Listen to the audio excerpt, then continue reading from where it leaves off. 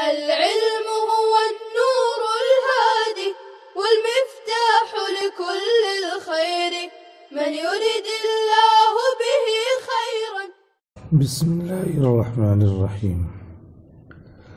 وعن أبي سعيد قال جاء بلال إلى النبي صلى الله عليه وسلم بتمر برني فقال له النبي صلى الله عليه وسلم من أين هذا؟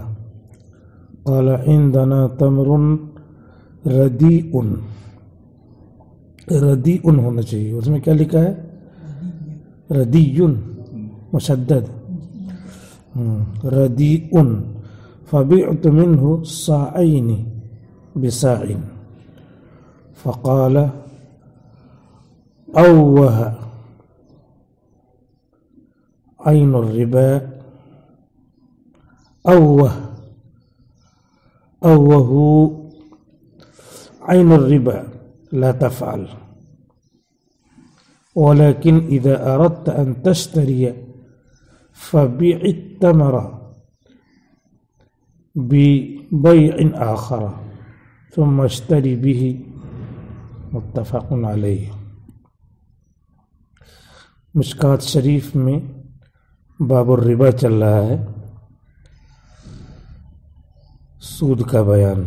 سود خاص ہے، ربا عام ہے. اسی لیے ان لوگوں نے کہا تھا کہ بیع میں بھی تو ربا ہوتا ہے، سود ہوتا ہے، تو بیع حرام ہے. بیع میں بھی زیادتی ہوتی ہے. تو اللہ تعالیٰ نے جواب دیا احل اللہ البیع وحرم الربا. بیع میں جو زیادتی ہوتی ہے، قلم 10 روپے میں خرید کے لائے، کسی کو 15 میں بیچ دیا، تو یہ بیع ہے. اس میں جو اضافہ ہے وہ مال کے عوض میں ہے، مبی کسی سامان آرٹیکل کے عوض میں. تو احل اللہ البیع، بیع میں مبی اور ثمن ہوا کرتے ہیں. اور ربا میں کیا ہے؟ ربا میں نفع بلا عوض ہوتا ہے، اس کا کوئی عوض نہیں ہے سامان کی قبیل سے. تو اس لیے احل اللہ البیع وحرم الربا، ربا عام ہے اور بیع خاص ہے. اس ربا میں سود ایک ہوتا ہے انٹرسٹ، وہ بھی خاص ہے، کیونکہ سود انٹرسٹ جو بینک میں ہوتا ہے اور ربا شرکت کہلاتا ہے. بہت سارے لوگ اپنے اپنے پیسے وہاں دے دیتے ہیں، جمع کر لیتے ہیں. وہ لوگ پیسہ جمع کر کے تجارت کرتے ہیں. ایک مقدار میں پیسہ وہاں رہتا ہے، کوئی لینے آئے یا وہی آدمی نکالنے آئے تو پیسہ رہے، مطلب پیسہ ہی نہیں ہے. تو وہ شرکت رہتی ہے. پھر اس میں جو ہے نفع ہم کو جو مل رہا ہے، یہ نفع کیسے مل رہا ہے؟ تجارت وہ لوگ کرتے ہیں، کبھی تجارت میں نقصان ہوا، کچھ بھی ہوا، تو ایک طے شدہ نفع، 1,00,000 روپے میں 10,000 نہیں دیتے ہیں، ایک مثال ہے، 10,000 ملے گا. اور کمایا انہوں نے 20,000، کمایا انہوں نے 1 روپیہ، پھر بھی دے رہے ہیں، تو یہ جو نفع ہے یہ بلا عوض ہو جاتا ہے، سود کی قسم میں آتا ہے، یہ ربا شرکت. تو اسی کا بیان چل رہا ہے. حدیث شریف سے مسئلے مستنبط ہو رہے ہیں اور علتیں بھی مستنبط ہو رہی ہیں. امام ابو حنیفہ رحمۃ اللہ علیہ کے ہاں ربا کی علت ہے قدر و جنس. امام شافعی رحمۃ اللہ علیہ کے یہاں ربا کی علت کھانے پینے کی چیز ہونا، قوت، جس کو اقتیات بھی کہتے ہیں، اقتیات، افتعال، قوت، غذا حاصل کرنا. اور امام مالک رحمۃ اللہ علیہ کے ہاں اقتیات و ادخار، یعنی غذا والی چیز ہو اور دیر تک ٹھہرنے والی چیز ہو. یہ سب انہی حدیثوں سے مستنبط ہے علت. اسی علت کی بنا پر ربا کا حکم پایا جائے گا. حضرت ابو سعید خدری رضی اللہ عنہ سے منقول ہے ایک حدیث ربا کے متعلق اور بھی. قال حضرت ابو سعید کہتے ہیں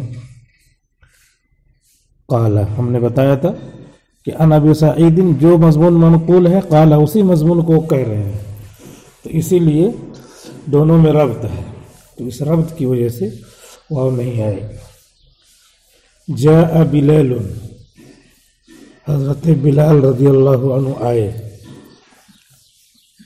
جاء بلال آتے ہی رہتے تھے، کہیں اپنے کام سے گئے ہوں گے، نماز پڑھنے گئے ہوں گے اور کچھ ضرورت سے گئے ہوں گے، پھر حضور گھر پہ بیٹھے ہیں، مسجد میں بیٹھے ہیں، مسجد میں ہی ملاقات ہوئی ہوگی، گھر پہ بھی جگانے آ جاتے تھے فجر کی نماز میں. جاء بلال حضرت بلال رضی اللہ عنہ آئے الی النبی صلی اللہ علیہ وسلم حضور صلی اللہ علیہ وسلم کے پاس آئے اور بتمرن برنی جھولے میں کھجور بھی لائے، لا کر کے رکھ دیا، عمدہ کھجور، تمرن برنی عمدہ کھجور، جید کھجور.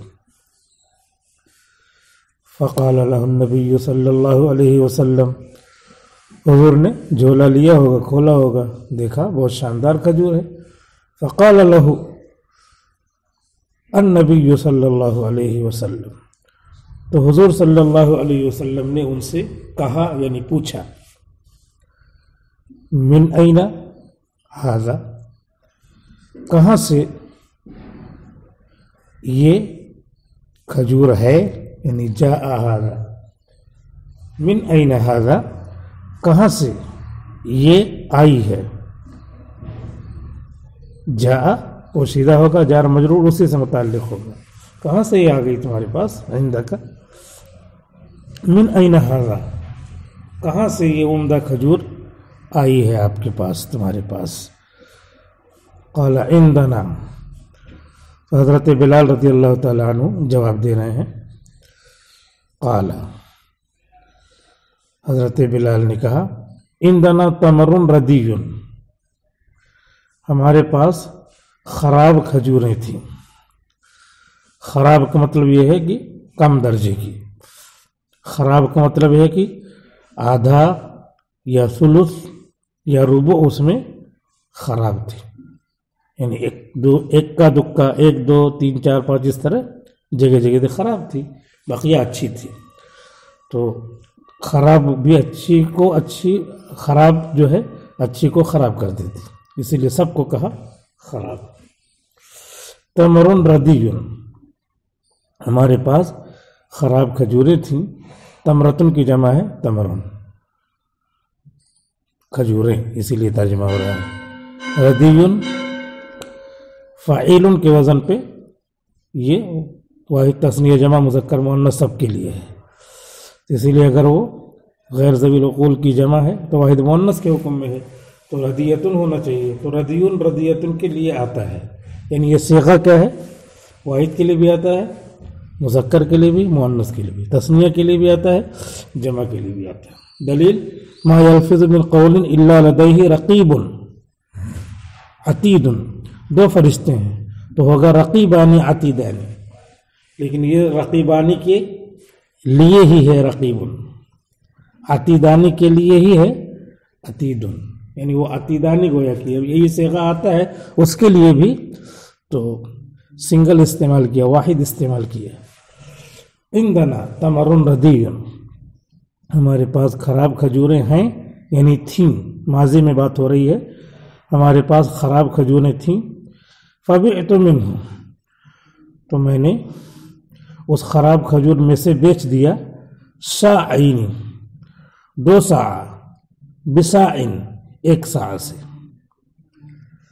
ساعین 2 ساع وہ پیمانہ ہوتا ہے، اس میں خراب کھجوریں 2 ساع. ساع جو ما یحل فی الساع مراد ہے، جو اس میں آتی ہیں چیزیں، جو کھجور اس میں آئی، تو 2 ساع کھجوریں بیچ دیا.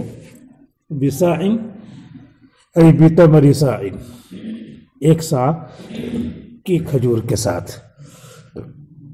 ساعہ سے مجازی معنی مراد ہو گیا، جو اس میں آتا ہے، جو اس میں آتی ہے کھجور۔ فقال اوہ، تو حضور نے فرمایا اوہ، آپ نے فرمایا اوہ یؤوہ تأویہن کے معنی آتے ہیں افسوس کا اظہار کرنا، غم کا اظہار کرنا، تکلیف کا اظہار کرنا۔ تو یہ اوہ سے یہ کلمہ ہے لإظہار التحسر والحزن والتکلیف، تکلیف یعنی ہم، غم۔ اوہ او عین الربا، ھذا عین الربا، یہی تو سود ہے، یہ تو بعینہ ربا ہے، بعینہ سود ہے، یعنی ھذا عین الربا، یہ فعل تمہارا عین الربا، بعینہ سود ہے، کیونکہ تم نے 2 ساع کھجوریں 1 ساع کھجور کے بدلے میں بیچ دیا ہے، یہ نہیں کرنا چاہیے۔ مقدار بھی قدر یعنی کیلی، وزنی، مکیل ہے یہ، اور جو ہے جب مکیل ہو تو ربن، اگر ہم بیچ رہے ہیں تو بڑھوتری ذاتی کیا ہے، ربا ہو جائے گی۔ لا تفعل، اس طرح مت کرو، لا تفعل، اس طرح مت کرو۔ لا تفعل فعل نہیں ہے، اس سے حرمت ثابت ہوتی ہے، یعنی حرام ہے، سود یہ ہے۔ لا تفعل، مت کرو ایسا۔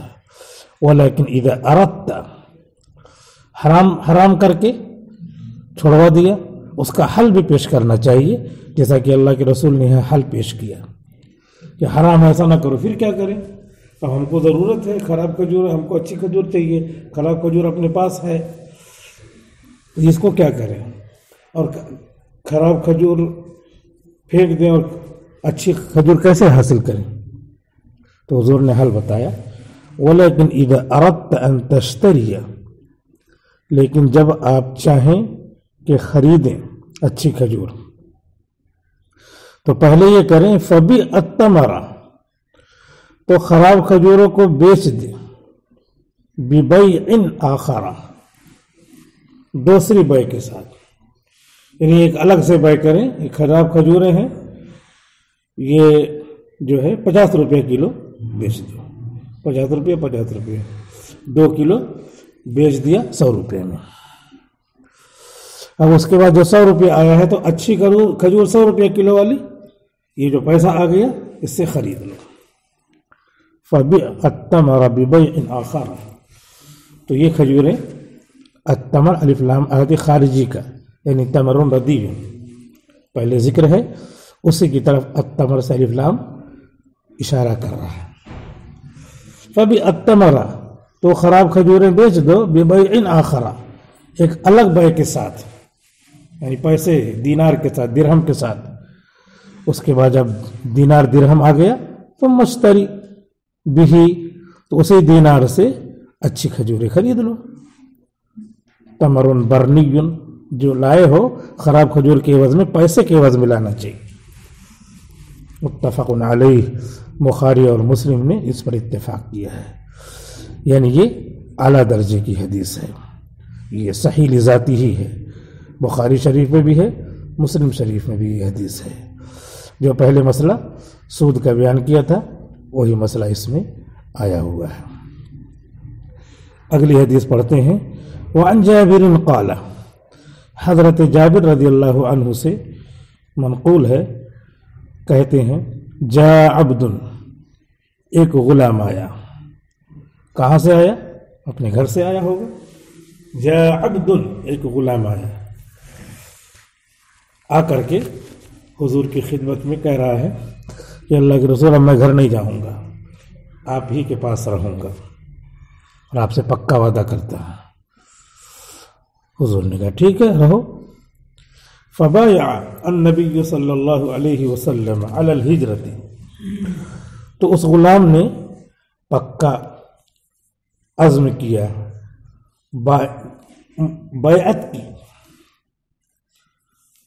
حضور صلی اللہ علیہ وسلم سے ہجرت پہ، علی ہجرت بیتہ، یہ تو مدینے کی بات ہے، اب ہجرت کہاں؟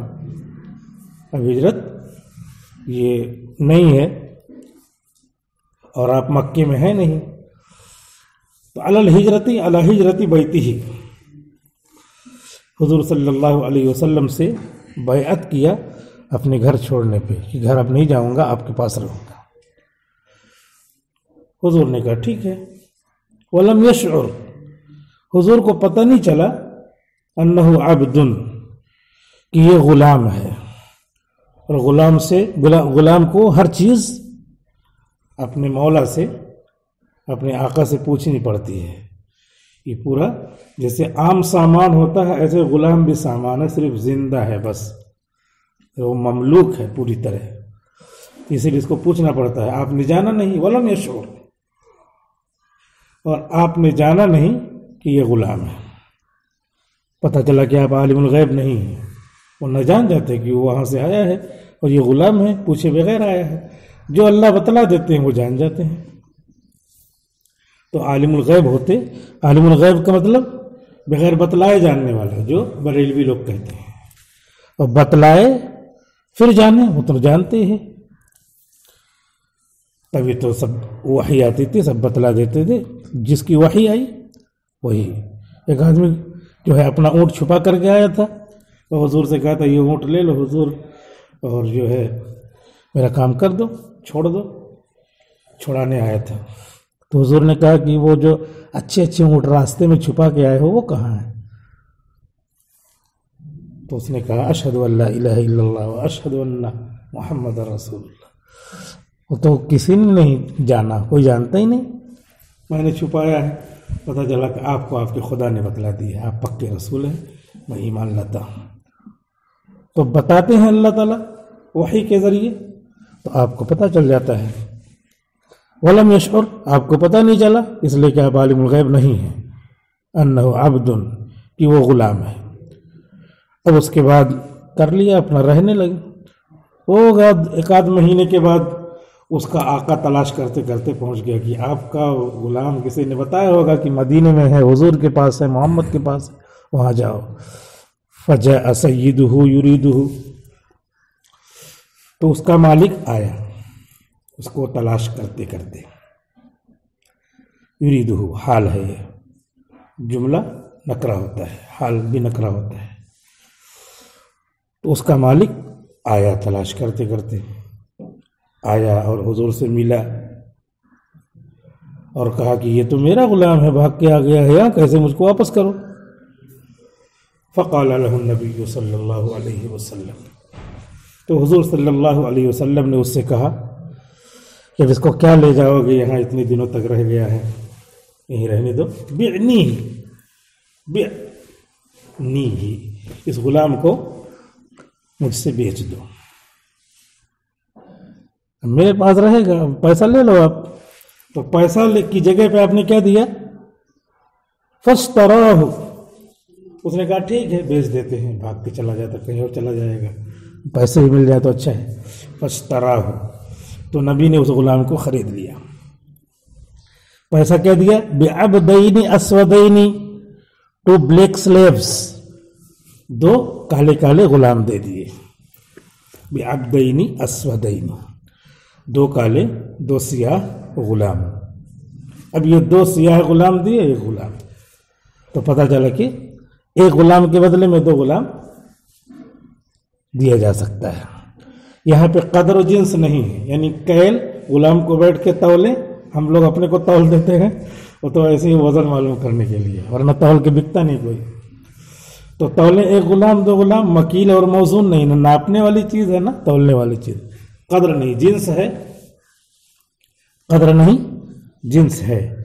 تو جب اس میں سے ایک ہو تو پھر کیا کرتے ہیں؟ اضافہ جائز ہے. پہلی علت سے امام ابو حنیفہ رحمۃ اللہ علیہ کی جو علت ہے اس سے یہ سمجھ میں آیا، اور علت نکال کے یہ نہیں کر رہے ہیں، یہ تو خود اللہ کے رسول کی حدیث ہے، قرآن حدیث اجماع قیاس، تو اللہ کے رسول نے کر دیا تو ویسے جائز ہو گیا. تو وہ علت پتہ چلا اس سے کہ وہ علت صحیح نکالی ہے امام صاحب نے. تو یہ دیکھیے ایک غلام کو دے دیا اور اس کو بیچ دیا.